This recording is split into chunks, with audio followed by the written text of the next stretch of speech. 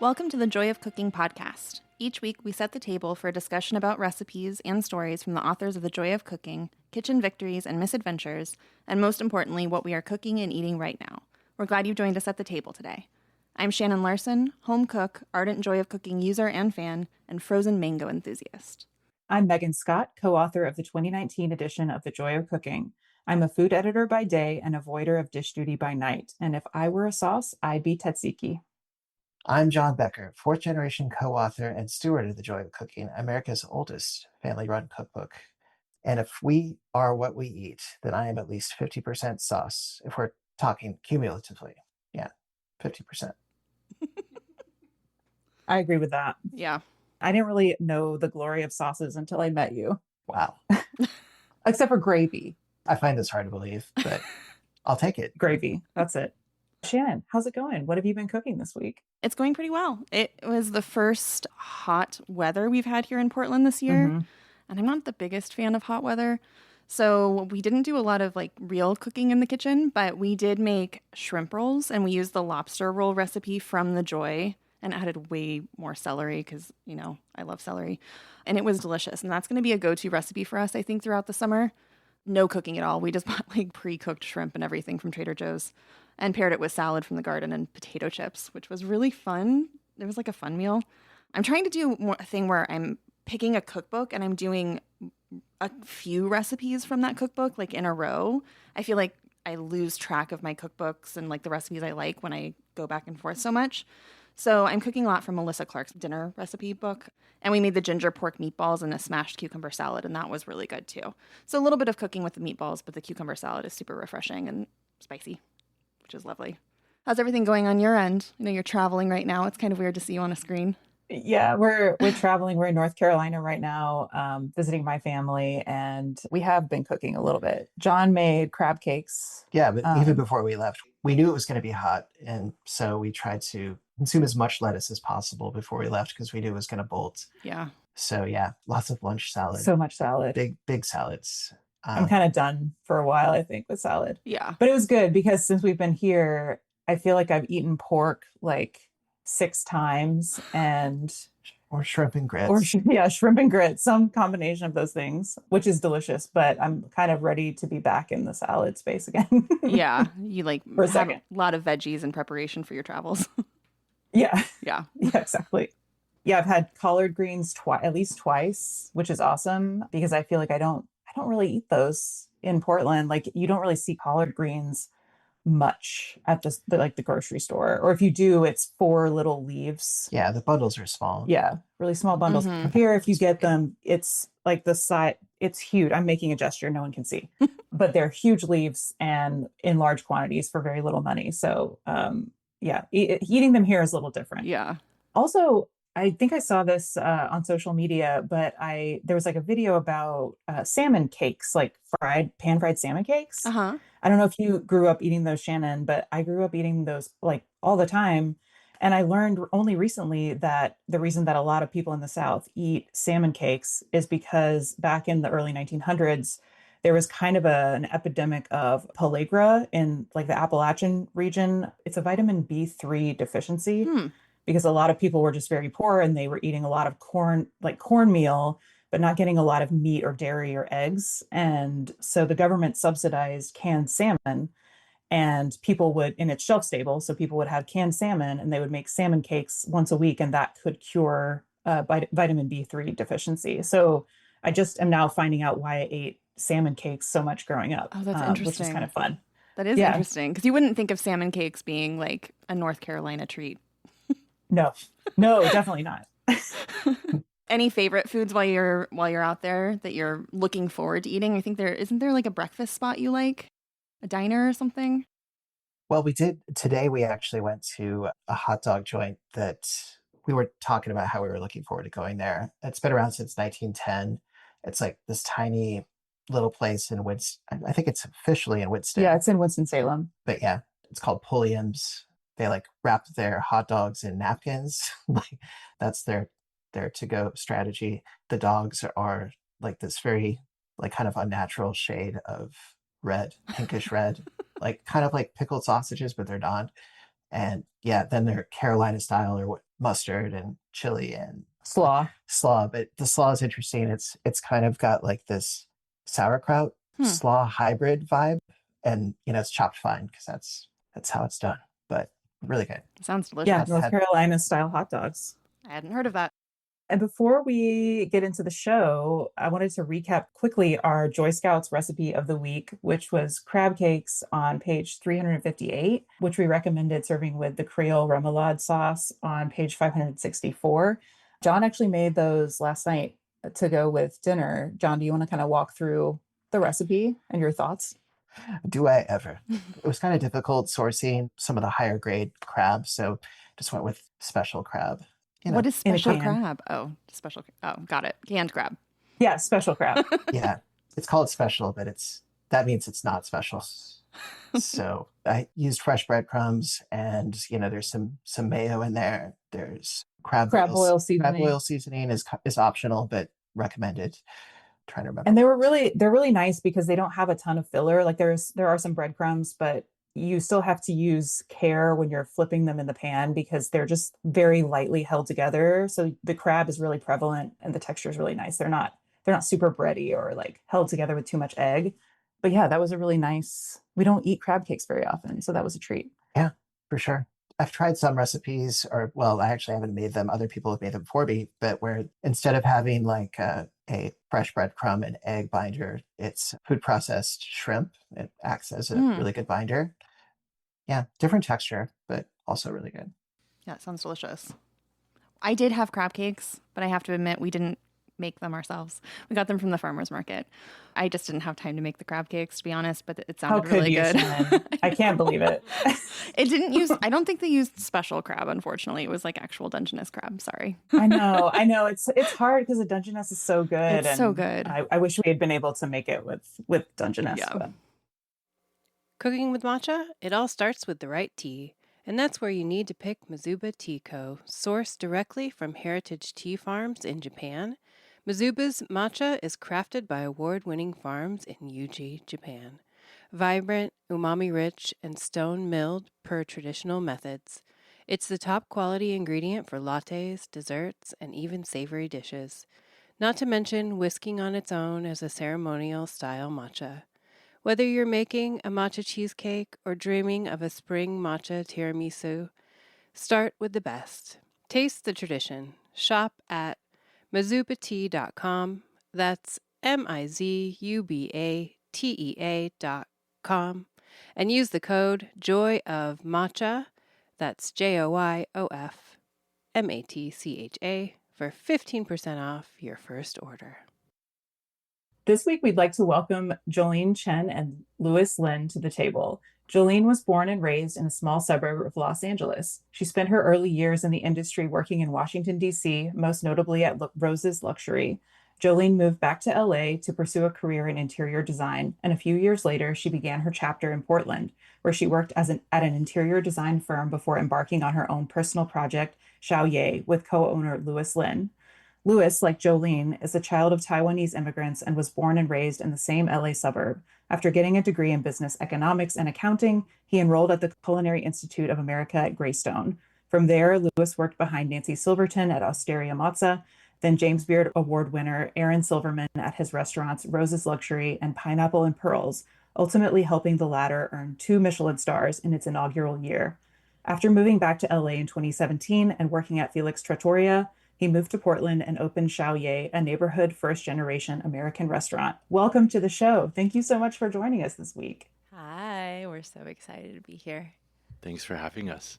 So what did you guys cook this week that you are really excited about? Or what did you eat this week that you have been really excited about? Ooh, so this past weekend was super hot, like Shannon said. We actually hosted like a little barbecue cookout at our house. And so Louis did all the cooking. I did none of it. And the menu was Korean barbecue. Yeah, what was on the menu? It's actually really interesting because we don't really eat at home a whole lot. We'll make like one recipe a week, and we'll make like enough for leftovers for 3 days. And so the barbecue, the little get together that we had was for Jolene's birthday, which was last week. Happy birthday. Yeah. Happy birthday. Happy belated. Thank you.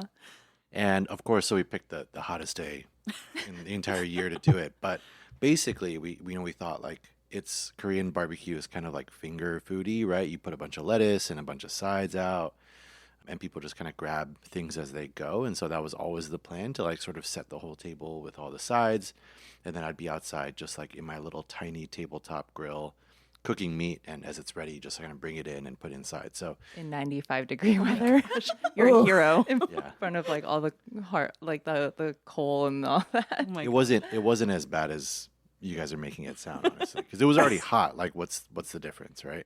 But yeah, it was like, pork belly and marinated beef and chicken and brisket, and then all of every sort of like room temperature side you can imagine. It was great, and I was actually kind of bummed because basically have no leftovers, which is kind of it was sad. Oh Yeah. man. Yeah, It was so much meat. It was like Mhm. crazy. But we had a lot of people over. And actually, no, I contributed. I was in charge of corn cheese, which is, which was Corn. already Yes. made. and then just like a layer of mozzarella cheese. And he was like, Jolene, can you please put that in the microwave and just make sure it's hot? And I was like, absolutely. And then people were showing up and I was like hosting, and I put it in the microwave and I totally forgot about it. No. And it was like 2 or 3 hours later, in the middle of a conversation next to my microwave, I was like, oh, the corn cheese. So we have a lot of corn cheese left. That's all That's we have left. The one thing. So it literally was too late. Yeah. Not like, yeah. Not so, too late, but late enough. Yeah. Yeah. Late enough Just that late everyone enough. was done with their meal. You had one job. This is why I'm not a chef. Yeah, I was gonna ask about what banchan you were serving with the barbecue. So lettuce and perilla leaves, which I think are like you have to, and then you just go to H Mart and you buy kimchi, and I like the radish kimchi, and I also like the seasoned squid. So those are the three little things, and then I made like what has to be the biggest mound of potato salad, which is like Ooh. had corn and like diced apples in it, and like Kewpie mayo and like lots of black pepper.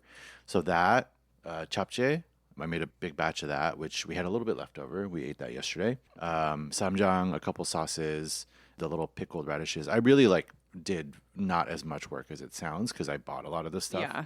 which honestly is the way to go. And yeah, I think that's it. And then all of our friends, like, they're all asking like what they should bring, and I was like, there should be enough food, so just bring snacks, dessert, or drinks. Uh-huh. And we ended up having like watermelons and cherries and like 3 packs of Oreos for some reason. And someone made a little like strawberry, one of our friends made a little strawberry cobbler Cobbler? thing. That was amazing. And someone brought Rice Krispie treats, and it was just like, it was a very full Spread. house. Yeah, it Yeah. was great. Full house, full spread. Mhm. It was so lovely. So, That sounds amazing. yeah. Yeah, that sounds delicious. We actually had Korean barbecue this past weekend as well. We were in Atlanta for a knife show, which is a long story that we're not going to get into, but I didn't realize this until we went to Atlanta, but it's a really great city for Korean barbecue. So we had to eat that at least once, and we ordered way too much meat, but it was great and we crushed it. So good. It's really one of the best meals that you can have. Mhm. It's a whole just so- experience, actually, if you've never even Mhm. had it like traditionally at the restaurants and stuff like that. So, for sure. It's so much fun. I was reading a little bit about it. And I guess like in Atlanta proper, there are rules against using charcoal indoors, which makes sense. That's fair enough.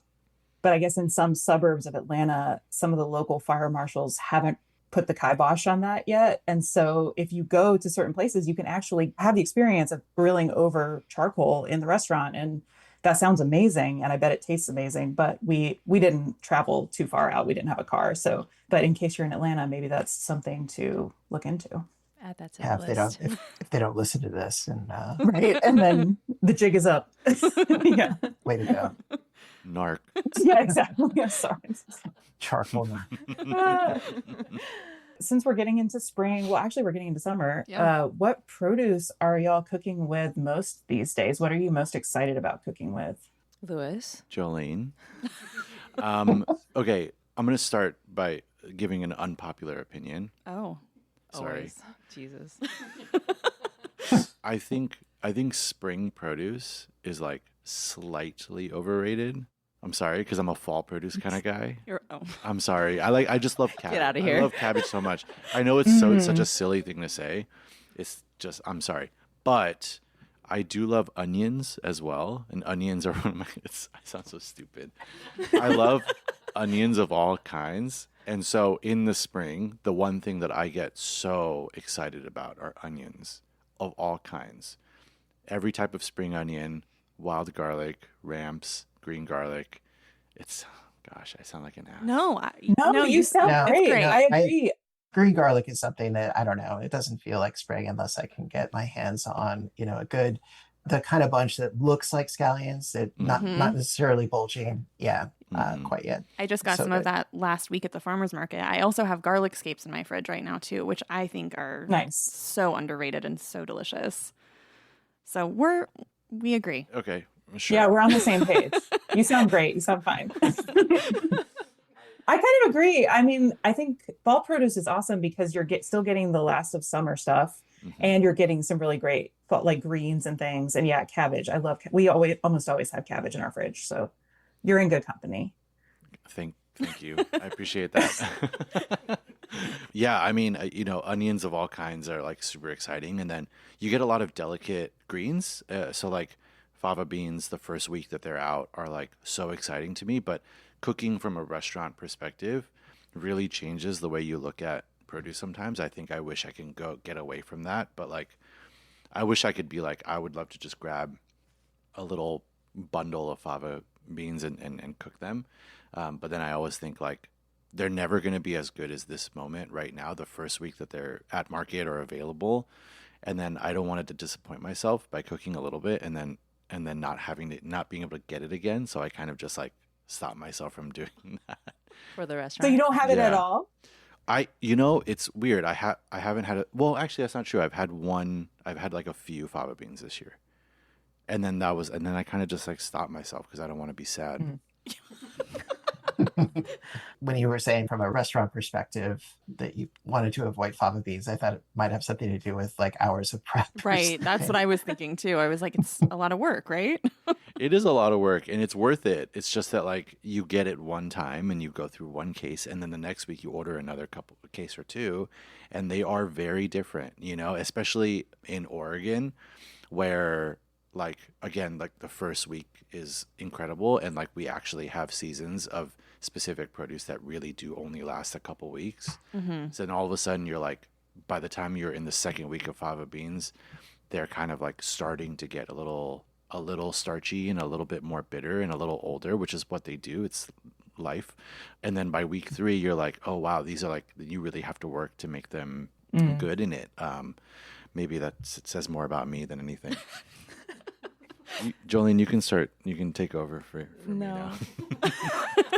Well, it's also like when you guys look at produce from a restaurant perspective, you have to think about the dish. You have to R&D the dish. It has to be good before it even gets on the menu. And sometimes that is the length of the whole season of whatever you're R&Ding, like the fava beans, for example. So it's kind of interesting. But I'm one of those people that don't really understand the seasons. Like I don't know when things come into season. I just never learned it. I didn't have to learn it. Luz is like an encyclopedia of this kind of stuff. Like he just knows. So I just he's like my crutch. So I don't really know. I just know tomatoes are coming in soon. Yes. Eloisa Farms apparently has them coming up, which is really exciting for us at the restaurant. People in general, I know everyone's like all about tomatoes and that's just me too. It's like BLT season and like our tomato toast on the menu comes back and everyone's super excited about it. So yeah. Ooh, what's your tomato toast? It is. It's a recipe that we started the restaurant with, opened it with, and it's really simple. It's very similar to the ones that you would find in the South when heirloom tomato season comes around. So, bread, mayonnaise, good tomatoes, black pepper. We use like sourdough bread that we buy from makers around town, and then we make a mayonnaise that's seasoned with like a shallot oil instead. So we like fry shallots and garlic and use that as the base of the mayonnaise and seasoned with like soy and other things. So it's this like inherently very savory, allium-y sort of thing. And then we just take cherry tomatoes, the best ones that we can find, and marinate them very lightly in rice vinegar and olive oil and salt and sugar. And then that just gets thrown on top with like so many herbs. And in a nutshell, that's really You it. have like fried crispies on top of one Yeah. of those. Yeah. So the shallots and the garlic that you fry to make the on oil top go of- on to the top of the toast. Yeah. And Yeah. it's, Oh, sounds good. I know my Yeah. mouth is watering right now. I'm so excited for tomato season. Same. it's great. And it's like the first recipe that we were like, if we don't bring back every year, we would get in trouble from people. Yeah, and it's fun because it's like it marks the start of summer Mhm. in our restaurant, which Mhm. is like kind of cute. And this will be our third Mhm. time having it on the menu now, so it's very exciting. I know you mentioned you don't cook at home very often, but when you do you have any go-to recipes that you typically cook? I know that you cook a lot all the time, obviously, Lewis. So anything easy or like naughty foods that you like sneak in for dinner sometimes? I feel like I only know how to make Korean food. This is so weird. I'm not even Korean, but like I just love it and it's so easy to me. And I think periodically I always make like kimchi jjigae, which is like just kimchi stew. And it's great because you make it and then you can make a whole batch and it lasts forever. And actually like when it sits in the juices for, 1 to 2 days and beyond, it's like it gets better and better. It doesn't die with time. It gets better with time. So I feel like I've been making a lot of that from winter and on. Mm-hmm. Yeah, and we have like a rotating, very small group of things that we always will make and we'll go back to. A couple of Korean, dishes are definitely up there. We buy this specific brand of tortillas, and we use that to do like breakfast tacos, burritos. For a while, we were doing like chicken Caesar wraps a lot, which was like one of those things that like we either use kale or Brussels sprouts or romaine or anything that like lasts in the fridge for a long time, and you like pre-cook a bunch of chicken and you just like have dressing and you just make that. So that's one of those like easy meals that I think we love making. But really, like, I don't know, we eat very simply at home. We try to make stuff that will, like Jolene said, like last in the fridge and get better over time. So stews and pasta and sauces and stuff like that. And yeah, I don't know why I'm like blanking on specific things. Yeah, I think like there's like this misconception of like restaurant people eating like fantastic food at home. It really ends up being like more of a necessity type of thing. We eat not for like pure enjoyment. It's just like, okay, what are we missing in our like food group because of where our lifestyle and like what we have to eat at the restaurant? And it's like it's not always the healthiest thing at the restaurant. And so I think that's what happens. It'll be like, oh, we'll be on a burrito kick. And it's like, well, okay, we're on a protein kick. And then we'll just see what we can have all the time. And it's super repetitive. It's not sexy at all. Like everyone thinks that we like how we probably eat or imagine like restaurant people and chef people. Chef people. Yeah, exactly. You chef people, how we eat at home. Like we really, it's like funny because like everyone always thinks like, and I don't know, like Lewis cooks these fantastic meals at home. It's like, not that I love your cooking at home. It's amazing. And I say that in like the most genuine way, but I think that it really is like the simple things, the quickest things, and like the things that we don't have to think about and we can just make it and go and eat and like work. For instance, we'll do like simple hand roll nights and we'll make a big batch of like tuna mayo and we'll have some random like crab, KRAB crab, and make little avocado rolls, and we'll make bowls for that, like, and that'll be sort of what we eat the rest of the week, leftovers. Or like Jolene made oyakodon, which is like one of those dishes that is easy to make a lot of a base of something and just like heat up and add some eggs and cook it really quickly and throw it over rice and just like chow down. And so it's like, yeah, healthy-ish, satisfying so that you don't want to eat a bunch of junk food. And then also easy and, something that you can make a lot of at one time. That saves us sometimes. Yeah. What tortillas do you guys try to have on hand all the time? I think it's called Tortilla Land. No, it's like, No, I'm sorry. I was wrong. is it La Tortilla? No. Is it really Tortilla Land? You're wrong. Oh my gosh, Megan and John, it's like having you two here. I just Oh my God, it's Tortilla Land. Tortilla Land. I'll have to check You that know out. what it was? It came about because I got into this whole thing about like Oh my Oh, I'm gosh. so sorry. Just really quick. We were just going through this phase of like looking at every ingredient that goes into the things we buy. And I was trying to avoid sunflower oil, all these things that were like things I couldn't pronounce. And I was trying to make it as healthy as possible. I was like, we rarely eat at home. So at the very least, we should just eat really like good, real whole foods. And so we were looking at all the tortillas and gosh, this was like one of the few that's just like water and flour Yeah. and it lasts a good amount too. Do you guys know about this anti ultra process thing that That's what it happened was about a called. month ago, 2 months ago? It was like TikTok and whatever. I think I've Like ultra I'm processed familiar with the foods. general, like, no seed oils, no dyes.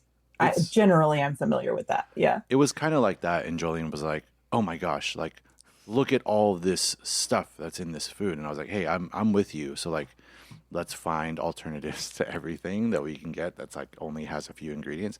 Tortilla Land, in the fridge section, not cooked yet. So you have to take their flour tortillas Oh. and you get them in a pack of 12, or like I think if you go to Costco, you can get a massive pack of them, and you just get a skillet hot and you heat it up on either side, for 30 seconds a piece, Yeah. or 1 minute, 1 minute on each side, and they're like semi-raw tortillas, and you cook them yourself, and you can cook them to your desired crispability, like either super soft or whatever, and they're great. They're awesome. so good. Mhm.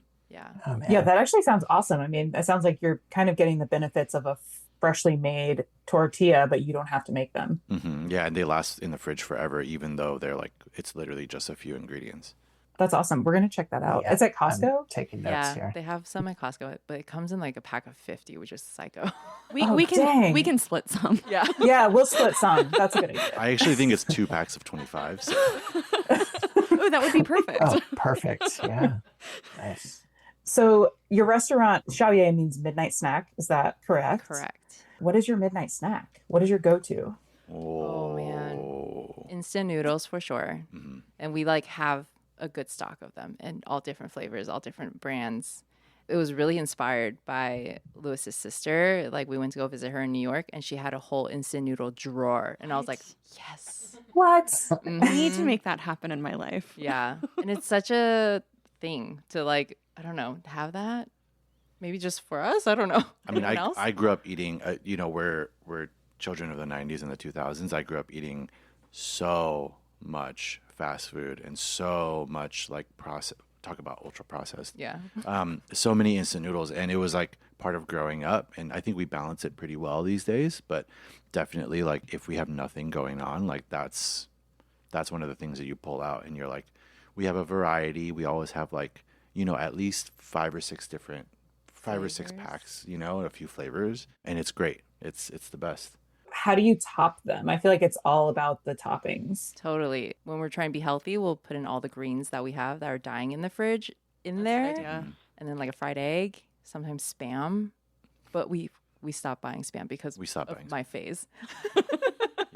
It's pretty crazy because we're basically saying that we only eat junk food at home, which is it's rough. But no, yeah, we always have like bags of greens that we try to save as long as possible, and so like that's the one thing that we can throw into an instant noodle to make you feel less bad, and like an egg, yeah, it's protein, it's good for you. Totally. What else midnight snack wise?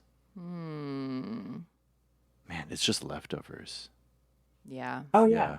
Those are great. Those make great midnight Mhm. snacks because you Yeah. don't want to do a lot of cooking at midnight. No. No, I could only boil water. That's like the most I will do Yeah. in a microwave situation, I think. But speaking of your restaurant, could you just talk a little bit about like when you create dishes for Xiaoye, what is the lens that you're looking through? Like, what is the thread that ties all of the dishes together? It's a great question. I really wanted to have a space that I felt like I could explore who I was as an individual. Working in a lot of restaurants, you have sort of strict guidelines as the kind of food that you can put on a menu. And those are great because it gives you parameters and it gives you something to work off of. But if you're, a creative person of some sort and you want to figure out who you are, it's nice to be able to like just explore. And so the few things that we really care about is number one, like, can we put together food that feels somewhat nostalgic to somebody in some form, right? It needs to sort of hit a memory, or it hits a hit a feeling that's more than just good food.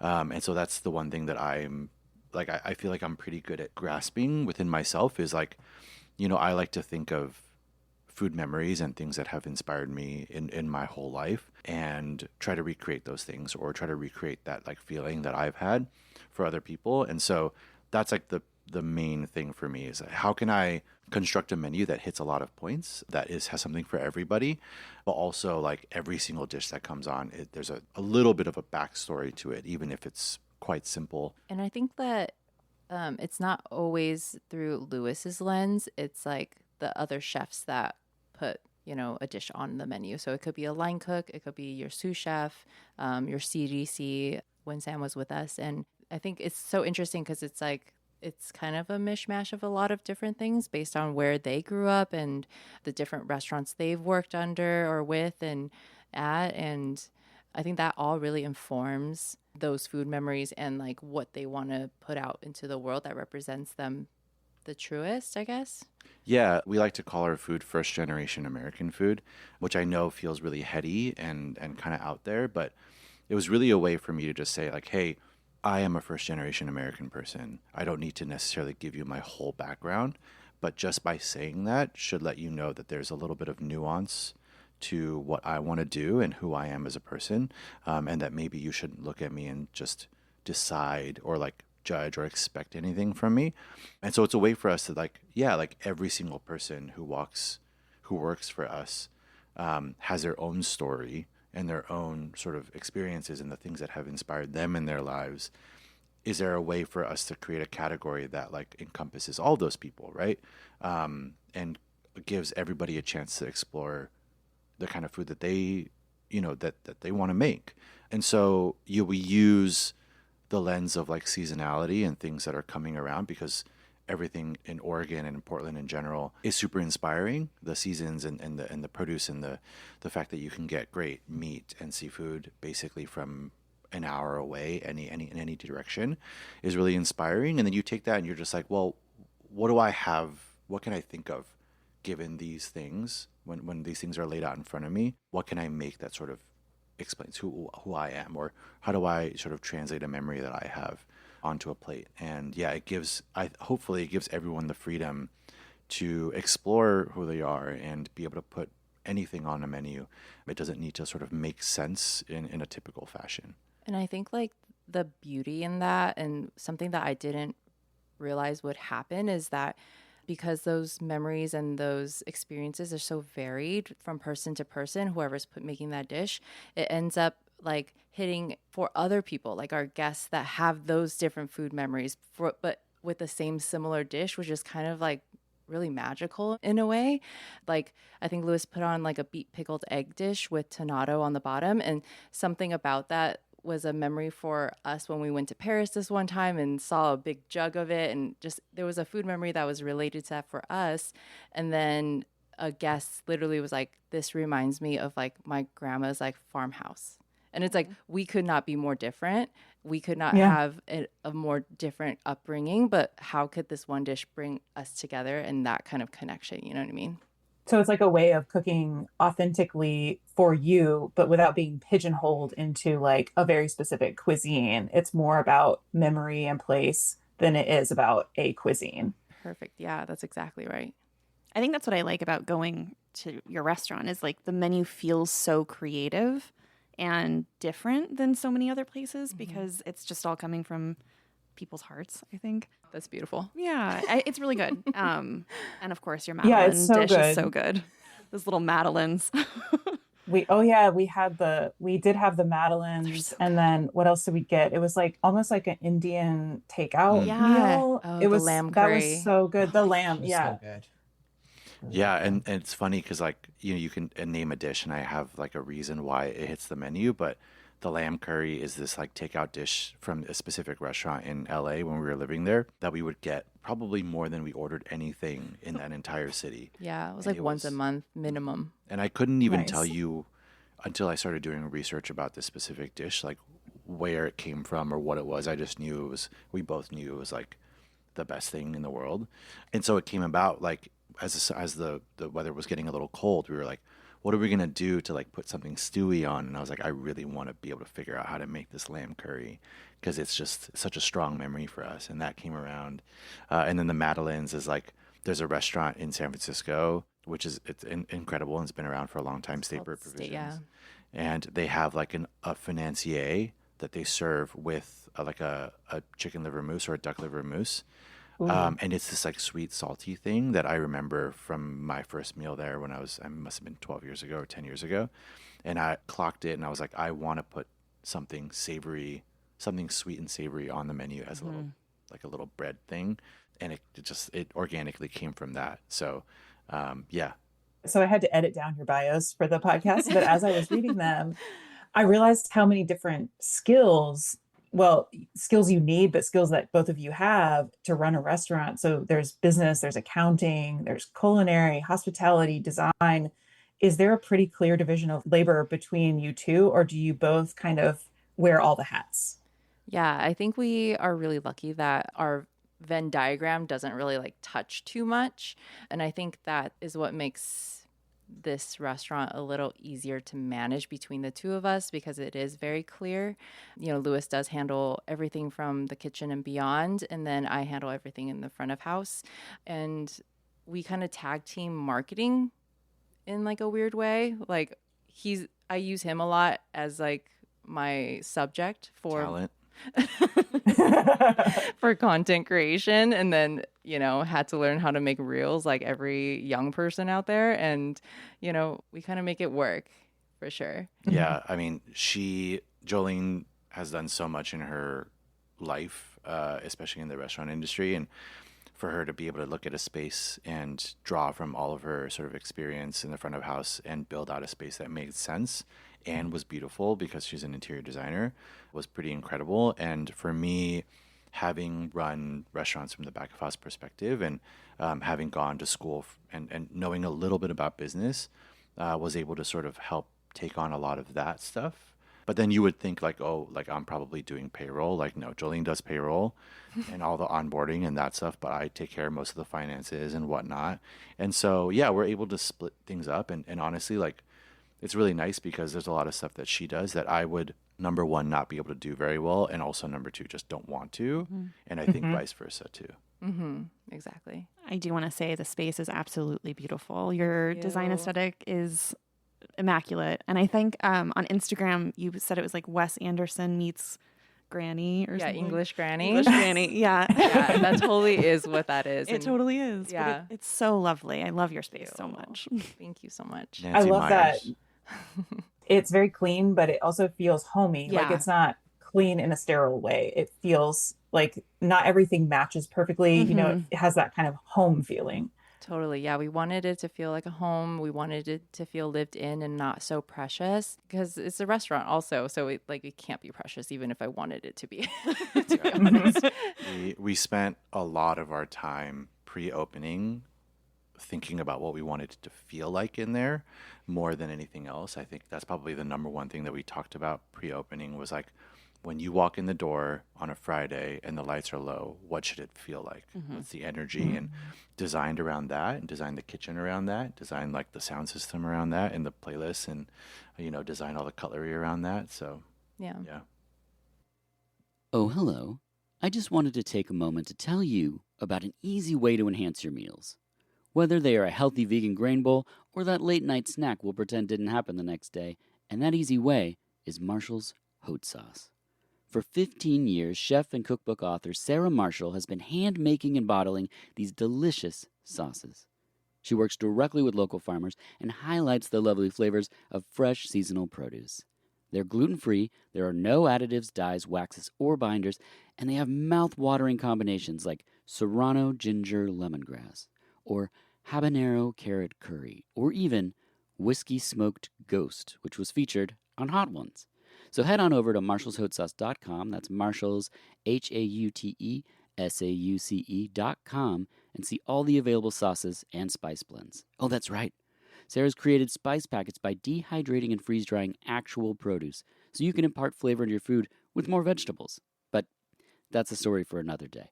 Find all of these delicious creations at marshallshotsauce.com and enter HOTJOY, that's one word, capital H, HOUTE, capital JOY, one word, at checkout for 20% off. That's HOTJOY at checkout for 20% off. And now, back to the show. So each week we choose a topic based on caller questions, and this week we're talking about sauces. So could you play or read the question, please? I have been getting into making sauces. Any favorite sauce recipes? I loved the sandwich episode. So funny. Thank you for making me laugh. That was a really funny one. It was so silly. That's a really great question. I feel like the world of sauces is so vast. But I made some notes about the kinds of sauces we make the most. So I feel like there's kind of this old way of thinking about sauces, which is very French driven. So you're reducing for many hours, you're building layers of flavor by roasting vegetables or bones and sautéing things and adding wine and like reduce, reduce, reduce. And then there's kind of a newer way of thinking about sauces, which is, and it's not really a new way. I mean, a lot of these sauces have been around for a very long time, but it's where you are mixing together condiments or ingredients that are already very flavorful, whether they're fermented or just they have been simmered and then packaged and you buy them. And you mix those things together to get something very flavorful and delicious in a short period of time. And so the sauces we make the most fall into the latter category because we just don't have hours and hours to spend reducing a sauce. But I would say since it's getting into summertime, we're thinking about green sauces a lot. We're making a lot of chimichurri, like Salsa Verde, Zhug, all of those delicious fresh herbal sauces. The sauce that we serve with basically anything grilled, which is actually not in the Joy of Cooking yet, but it's going to be in the next edition, is called ají verde. It's a Peruvian green sauce. It's like a cilantro-based and mayonnaise-based sauce that you blend. And every time we make it, everyone is just licking the plate. It's so delicious. John, I feel like you make that sauce all the time. Well, yeah, no, I mean, it's super simple. It requires almost no prep. I mean, you have to run a knife through some cilantro to make sure that the blender's not going to get too clogged up, or you have to use that The plunger, whatever. plunger, yeah, swizzle, whatever it's called. And yeah, we take the stem off, but we put like a whole jalapenos in there. I mean, probably start with one, but yeah, I think Depending on how spicy you like it. yeah, depending on who's coming over. And garlic, some mayonnaise out of the jar. We use Duke's, but whatever, mayonnaise would work. Just don't use Miracle Whip, please. Like Kewpie would be really good too.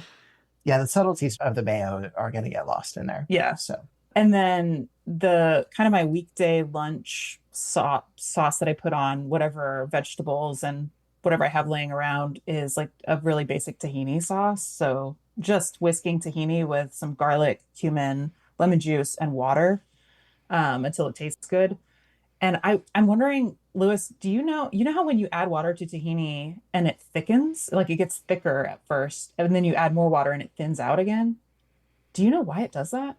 This is not a trick question. I genuinely have no idea, and I've always been curious about it. That's a good question. I don't know. I think it's interesting because I immediately think about making hummus traditionally, and the one thing that I've learned over the years is that you're supposed to use so much more tahini than you think and so much more water than you think.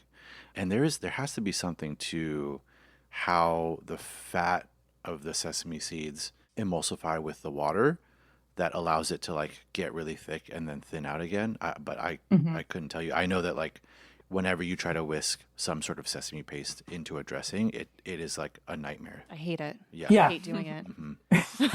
I do. Yeah. So if any listeners know the answer to this question, please call in and let us know. It's a mystery, but you need to call into some other show, obviously. Yeah. I'm not good enough. I'm You're sorry. Not a real chef. But John, I know you had some sauce ideas as well, since you're a 50% sauce. Yeah, John is Well, yeah, sauce obsessed. I had too many sauces actually to list. I was just like, favorite project sauce, because we have that recipe for fermented kind of Louisiana style hot sauce. That's a favorite one that we make, later in the summer. But yeah, it's a project. It takes It's pretty easy. Yeah, it's super easy. All you need is time. Yeah. Yeah, I think it's like a minimum of 1 week. I'm pretty sure. I mean, you can let it go ferment for 2-3 weeks. And that recipe is in the book. Yeah, it's on page 942. Like favorite luxury sauce. These are really easy, but yeah, blender hollandaise or béarnaise. Those are just so great. What else did I have here? Oh yeah, we added a miso beurre blanc recipe, which I mean that's like even easier. You don't even have to get out of the blender. It's just a one pan sauce and very little heat involved. And So what would you serve that with? we primarily served it with fish or scallops. It'd also be good with green vegetables like steamed bok choy or roasted asparagus or something like that. Yeah. Also, like when it's getting super hot, we really like to make bun bowls, so with like grilled pork skewers, and you can't really have that without guac cham. It's a delicious sauce. And I think you spiced my mom out with the last batch of that you made. yeah, we were prepping for this episode, and your mom was in the room, and I think we mentioned that sauce, and she was just like, "Oh yeah, that one." I think she thought it was going to be some kind of a sweeter, like chili sauce, and so she just really dolloped it on her bowl, and it's very good. But yeah, you can really easily spice yourself with that one. What about you, Shannon? What sauces do you make a lot? Well, you already mentioned I love chimichurri. I would put chimichurri on anything. I think it goes well with so many things. And you can pair it with like meat, and we try to eat a lot of vegetables at home, and I think it's really good on veggies too. I've put it on we do baked potato nights for dinner when we're just feeling like I cannot think about what I want to cook. So good. It's chimichurri on a baked potato is delicious with butter. Yeah. Oh, so good. Yeah, I think that's my go-to. And I guess salsas are technically sauces. I looked this up. And I love salsa so much. My mom makes such good salsa. John Becker makes really good salsa. Whenever he makes it, I'm like, I need some. I would say those are my two. I like fresh sauces, herb-heavy sauces. What about you, Louis?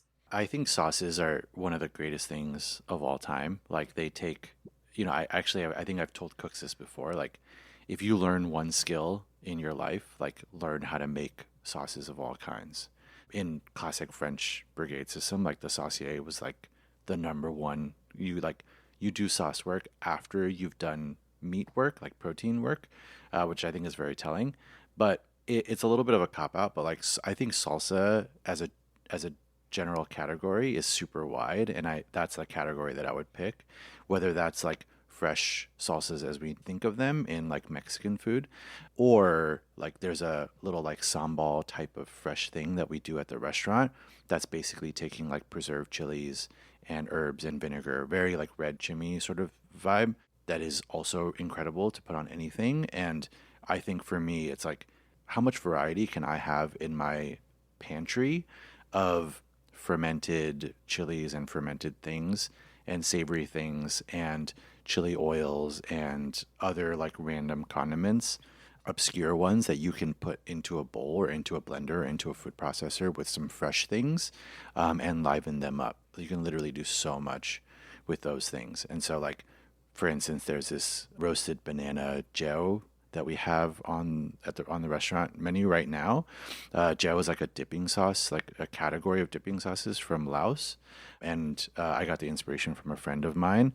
And it's basically takes roasted bananas and tamarind, and you put them in the food processor with a bunch of like super charred aromatics and seasonings and herbs and whatnot, and fish sauce and whatnot, and kind of just put it together. And it's so good. And like I would classify that as a salsa, strangely enough, because like it just makes sense to me. And so that whole category of like random aromatics with fresh or fermented or preserved chilies and herbs and vinegar or lime juice, like that's like everything that I want. Same. I love that you mentioned salsa, because that gets us into our Joy Scouts recipe of the week, which is going to be John's recipe for table salsa on page 573. John, please talk us through the salsa. You're the one who makes it all the time. I was trying to reverse engineer a salsa that was made by, I think it was Is it Emerald Valley? Emerald Valley, I think. But yeah, it's gone downhill since. But No, I think it doesn't exist anymore. oh, it doesn't? I don't think that brand is around anymore. Well, yeah, I haven't needed to check since I make the salsa. Yeah, so it's empowering to make your own sauce, because then you don't have to rely on ultra processed food corporations and whatnot. But yeah, so you start out by just charring aromatics.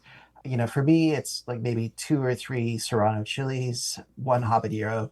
I like to have a mix of habanero and a green chili just because I think it gives a nice depth of flavor. So maybe 3 scallions that you chop off the greens and the roots, and then maybe 3 cloves of garlic. This changes all the time. I mean, we wrote a recipe, so it's in the book, but every time I make it, it's usually a little different. You char those in I would use either a stainless steel skillet, or you could use carbon steel or cast iron, but basically you just want to make sure that it's either going to add to the seasoning or it's okay to take some steel wool to it afterwards, because sometimes the charring leaves a little mark. But yeah, while those are charring, it's like over medium low heat. You have your food processor out, you choose some lime, like a little bit of cider vinegar, some ground cumin. If it's been toasted, that's better, but doesn't have to be. And then ground coriander. Sometimes I'll skip that too. It's supposed to be It's flexible. Yeah, it's like a casual salsa. It's not, I don't want to get too fussy about it. Mexican oregano and salt, and just 1 can of whole tomatoes. You want to be careful, a little picky about the whole tomatoes that you're getting, especially to make sure that And they just don't have basil in them. You partially drain the can, right? I used to. Sometimes I want like a thinner, like salsa. Okay.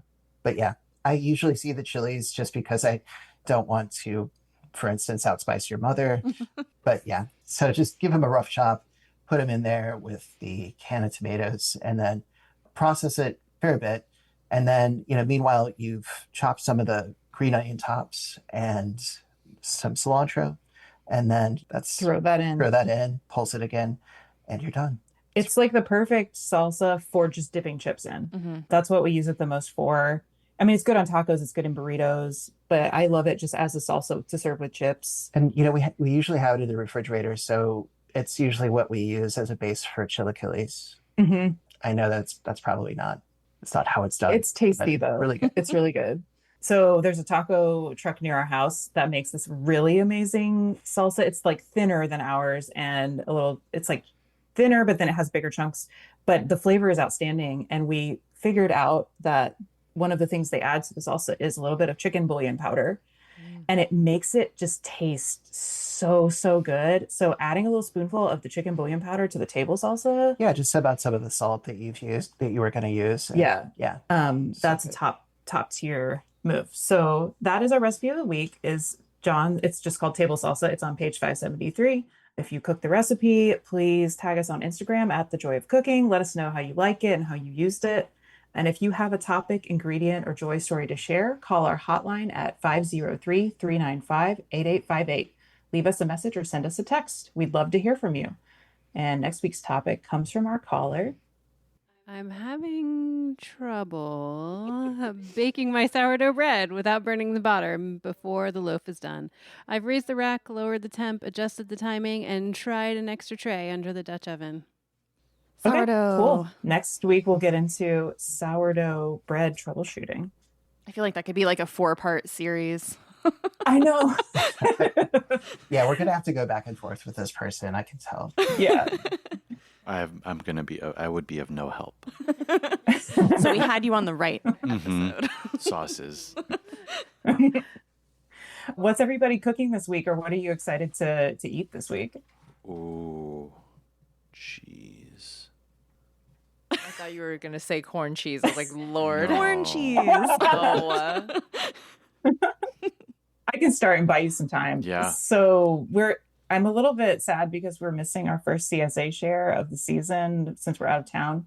But I'm just really stoked to start getting the CSA share and start cooking with some summer produce. But also I'm excited to eat vegetables when I get home. People in the South eat a lot of vegetables. I feel like there's a misconception that they don't.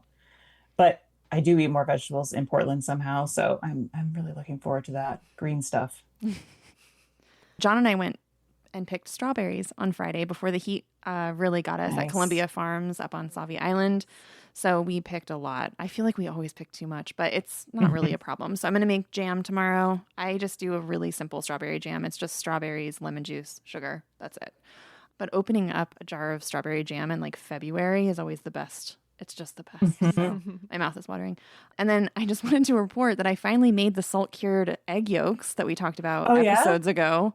So I do have 6 salt-cured duck egg yolks in my fridge that I'll be using for various things throughout the next couple of months, probably. You'll have to report back at every podcast episode. I will. They what you're doing with they them. are beautiful. They're so pretty. So I'm excited about that. I feel like if there are sun gold tomatoes in the farms or at the farmer's market, we probably would do our sun gold tomato pasta. Yeah. It's just like super simple, right? Mm-hmm. Yeah, onions, garlic, sun gold tomatoes. That's Basil. it. Basil. That's it. Cheese, butter. It's just Yum. super Perfect. sunny yellow and it's beautiful. It's really the best time to eat, I think, when fruit starts to come around. So like strawberries are so exciting. I know there's corn happening soon and tomatoes. And I think also like cherries, strangely enough, are already here too. And that's like, we eat a lot of fruit at home, or Jolene eats a lot of fruit at home. And this is like that season where you cannot get enough stone fruit. And so trying to take advantage of that is going to be really like market every week to get some. Yeah. The blueberries on our blueberry bush are like so close, and I'm so excited. You have a blueberry bush? Yeah, it came with the house. It's really old. She produces a lot. But I go out there like every day and I'm like, I can't wait. Yeah, that's actually something else we have to look forward to. Raspberries. Well, my cousin just moved into a farm, and they have like a bunch of cherries that I guess are really, really close. Yeah, they're really close. As soon as we get back, we're going to go over there and pick a bunch of cherries. Okay, remember to invite me, please. Thanks. Yeah. Put in an order and we'll pick some for you. Awesome. Even better. And before we wrap, Jolene and Louis, where can listeners follow you? We have an Instagram. It's xiaoyepdx. That's it. That's it, huh? Yeah. And then our website is xiaoyepdx.com. XIAOYE. The restaurant is in Hollywood, in the Hollywood district in Portland. We're open basically every day, Monday through Saturday for dinner, and Friday. No, Saturday, Sunday brunch. There it is. I know you just started doing brunch. I know, it's new. I haven't gone yet. I'm so excited. Yeah. You have to come through. Thanks for listening to the Joy of Cooking podcast. Before we go, show some love for your favorite podcast by subscribing to the show and leaving us a review. Follow us at joyofcooking.substack.com and on Instagram at The Joy of Cooking. Stay tuned for next week, where we will tackle troubleshooting sourdough bread. And don't forget to make this week's recipe, table salsa, on page 573. Call in with questions, hopes, history, or where you find joy in the kitchen. Our number is 503-395-8858. That's 503-395-8858. And we could not do this without our fantastic team at the Joy of Creation Production House. Thank you to Dave Drusky, our production coordinator, Haley Bowers, our audio engineer, and Sarah Marshall, our producer.